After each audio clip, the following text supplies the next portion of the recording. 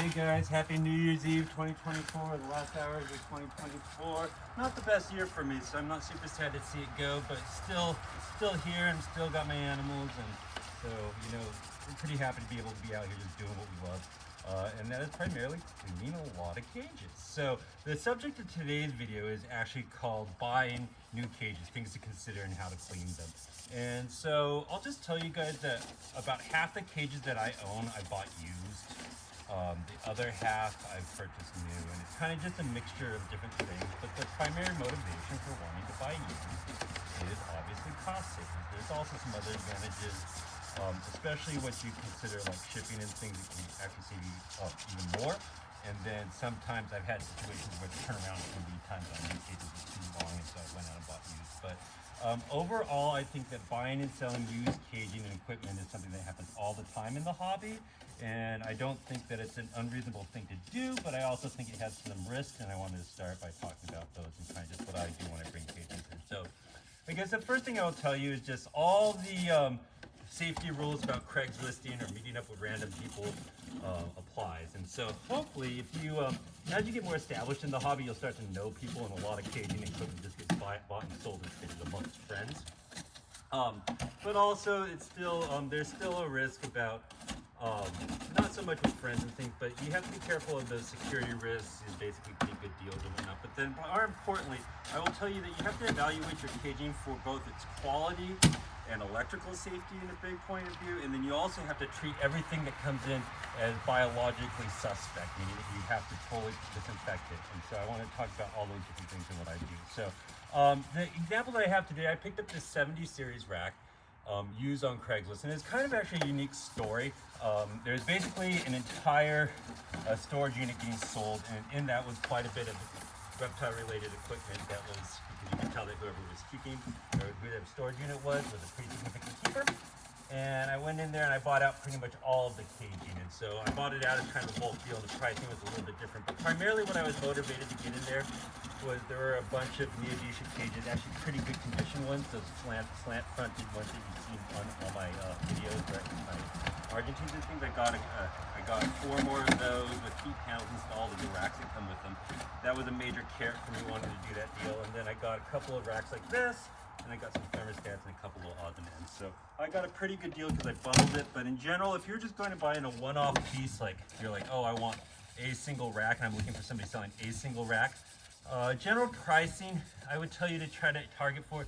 This was a nearly new rack, and what I try to do is I try to get them for no more than like 2/3 of the price of new. So if they're very good condition to almost new, I'm trying to get them at about 2/3 the price. I will tell you that when they're next to new, I don't really ever want to pay more than like 70% of new purchase price. And that doesn't include shipping. That's just kind of my limit on it. And what I think beyond that, it kind of starts to make sense to buy new. But also, if you're buying a group of items, try to make a bundle deal. And then also kind of factor in what you're going to have to do for cleaning and whatnot. So the truth of the matter is, this equipment is that when they had to move out, it was not a really happy situation. And so they moved the animals out, and the caging was pretty much just put in storage before anything. So I don't think they actually kept animals in these cages super long, but they were not fully cleaned when they came out. So I had to factor in some cleaning and sweat equity and whatnot. And it also just basically, dirtiness affects the condition. How clean your equipment is a condition.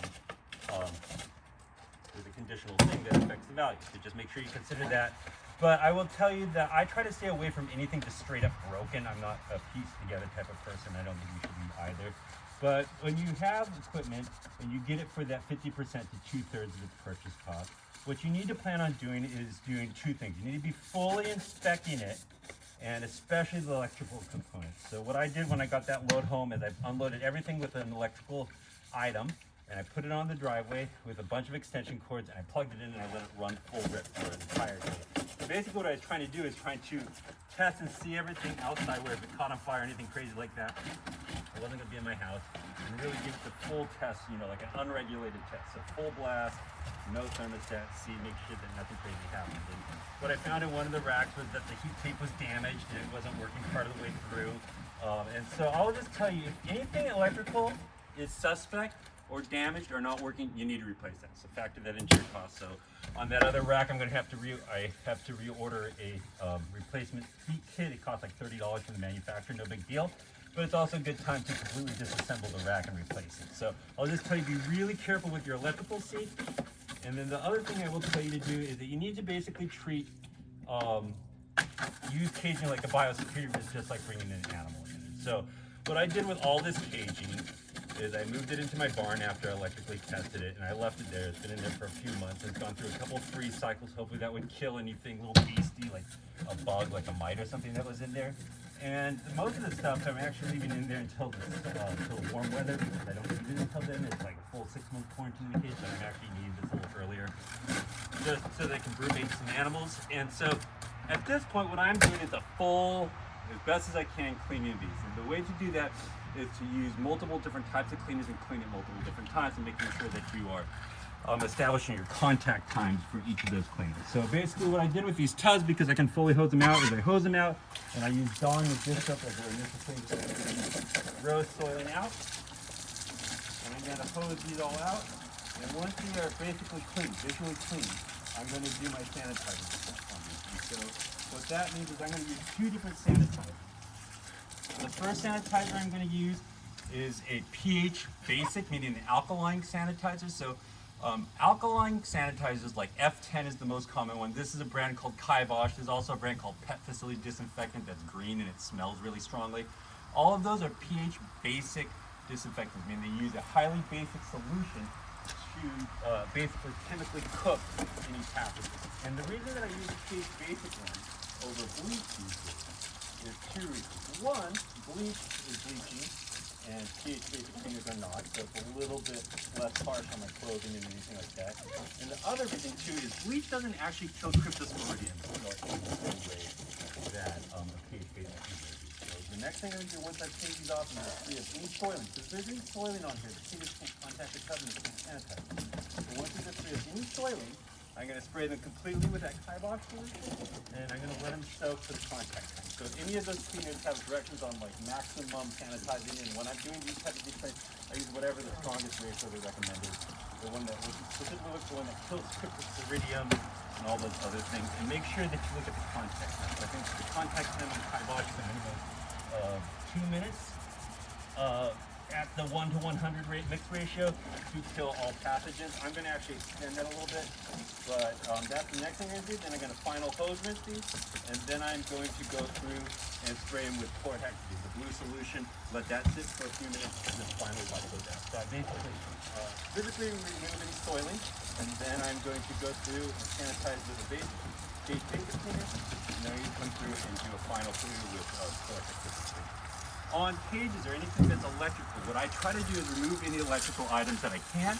But beyond that, there's some things that's not practical, like this rack is not. So the first thing I'll use is a stiff solution of Lysol cleaner, not the aerosol, but the one that's a little soapy, like a kitchen cleaner. And I'll sit there and I'll let it soak for a contact time. This has been soaking like 15 minutes. This does 2 things. It helps, it actually has a disinfectant in it, and it also helps kind of remove the soiling because this is a little bit soapy. And so what I'm going to come through next is I'm going to do this Lysol on every rack. Don't forget the tops of the racks. Everybody cleans the tubs, but nobody cleans the tops of the racks ever. Go look at the tops of your racks. They're probably nasty. But anyways, I'm going to go like this with Lysol, and I'm going to come through with a scrub brush, and I'm going to scrub the hell out of this, every little corner, every little bit. And then I'm going to wipe it down as best I can, and then I'm going to come through and spray with pH basic cleaners, let it sit for the contact time, wipe it down the best I can, then I'm going to come through with chlorhexidine. And then the final thing I will do, bring it inside, let it dry completely before I plug it in, and I'll plug it in again, make sure everything's working, and then I'll wire up a thermostat, and from there I'll be ready to put some animals in there. So that's just what I do when I buy used caging.